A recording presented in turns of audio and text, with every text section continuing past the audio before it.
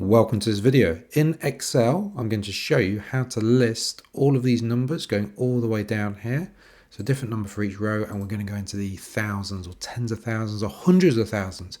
I'm going to show you how to do it very quickly. I've done it with only 41. Okay, I'm just going to delete that. I'm going to show you, different ways of doing it. You could do it a slow way. You could go 1, 2, highlight both of them and then drag it down, but that's going to take you a long time if you need to get to 100,000. So you could just drag it down. There you go, 32. But there's a much better way of doing it. So in the cell that you want to start in, press number 1 and then click on that cell, and then in the home part of Excel, go to fill and go to series or series. Now you don't want to be filling in the rows because a row goes that way, it goes left to right. That's the row.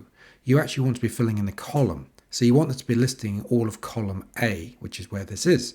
So we go for columns.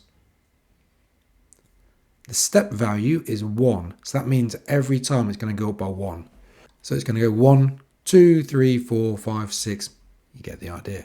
So we'll leave it as step value 1. And then what we want is the stop value. So how far do you want it to go?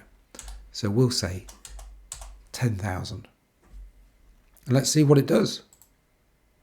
1, 2, 3, 4, 5, 6, 7, 8, 9, 10. And you can see it keeps going down, keeps going down, keeps going down. If I scroll all the way, look at that. 3,000, 4,000, 7, 8, 9.